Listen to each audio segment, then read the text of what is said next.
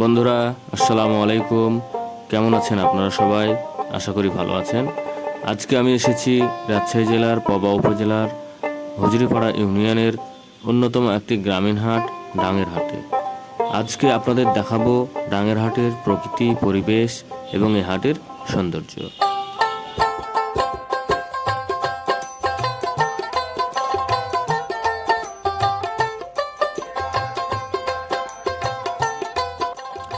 গ্রামে কেনাবেচার অন্যতম মাধ্যম গ্রামীণ হাট।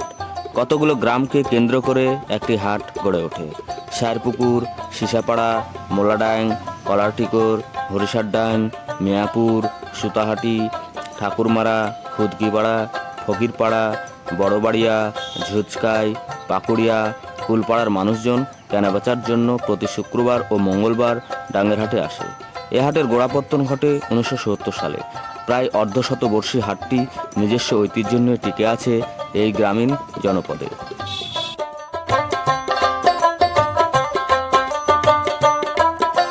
হাট ঐতিহ্যবাহী হাট।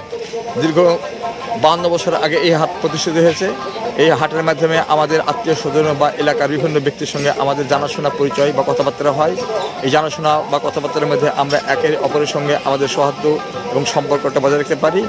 আমরা আশা করি যে এই হাটের মাধ্যমে ভবিষ্যতে আমাদের প্রজন্ম থেকে প্রজন্ম আমাদের নিজস্ব আত্মীয় স্বজন, বন্ধুবান্ধব বা সর্বস্তরের মানুষের সঙ্গে দেখা সাক্ষাৎ হবে এবং আমাদের মধ্যে সম্পর্কটা আরও সুদৃঢ় হবে।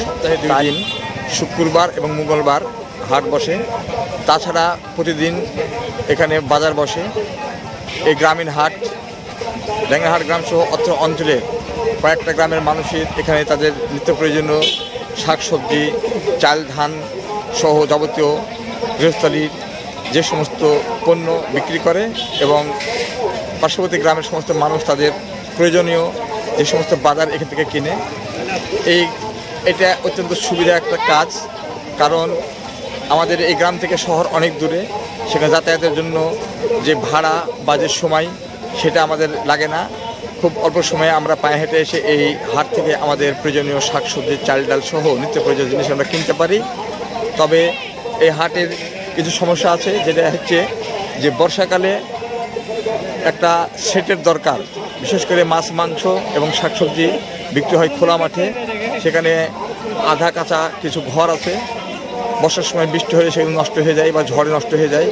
যদি দুটো শেড করা যায় তাহলে এই হাট এই ব্যবসায়ীদের জন্য সবচেয়ে ভালো হবে এবং ক্রেতা বিক্রেতা উভয়ে লাভবান হবে।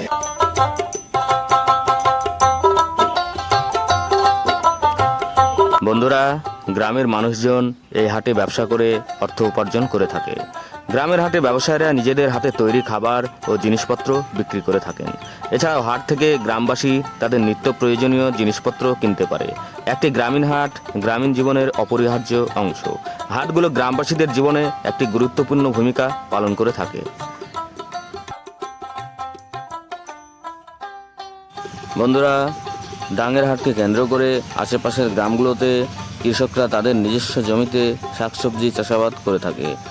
তাদের উৎপাদিত শাকসবজির মধ্যে রয়েছে মিষ্টি কুমড়া, বেগুন, কচু, লাউ, চাল কুমড়া, ঢেঁড়স, বাঁধাকপি, ফুলকপি, কাঠুয়া ডাঁটা, লাল শাক, আলু, পেঁপে, করলা, শসা, ঝিঙ্গা, চিচিঙ্গা, মরিচ, পটল, তরই ইত্যাদি।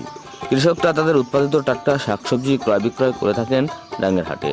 রাজশাহী শহরের খুব কাছাকাছি হওয়ায় শহরের অনেক মানুষজন এই হাটে আসে টাটকা শাকসবজি কিনতে। টাটকা শাকসবজি কিনতে প্রতি শুক্রবার ও মঙ্গলবার চলে আসতে পারেন ডাঙ্গের হাটে।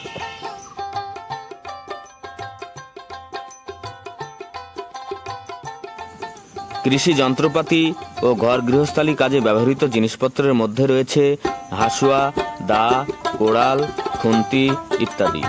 ঐতিহ্যবাহী ডাঙ্গের হাটে ঘর গৃহস্থালী কাজে ব্যবহৃত বিভিন্ন প্রকার কৃষি যন্ত্রপাতি কিনতে চলে আসবেন।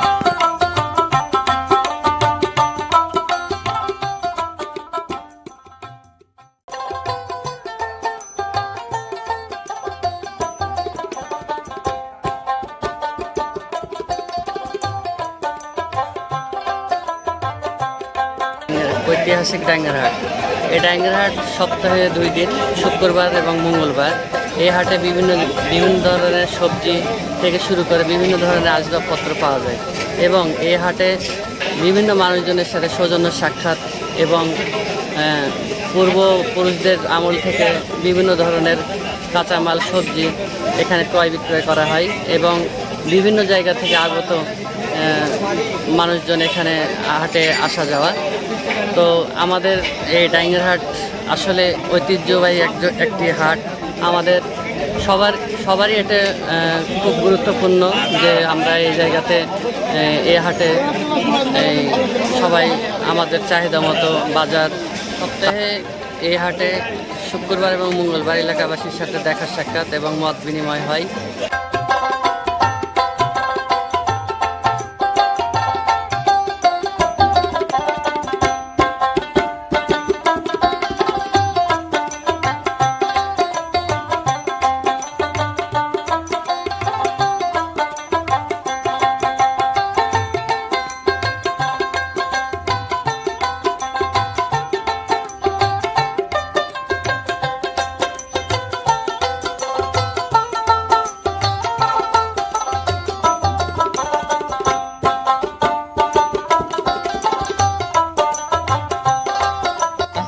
আমার ভিডিওটি কেমন লাগলো আশা করি কমেন্ট করে জানাবেন। আগামী ভিডিওতে দেখা হবে অন্য কোনো হাট বাজারের প্রতিবেদন নিয়ে। সে পর্যন্ত ভালো থাকুন, সুস্থ থাকুন, এই শুভকামনা প্রত্যাশা করে আজকের মতো এখানে শেষ করছি। আল্লাহ হাফেজ।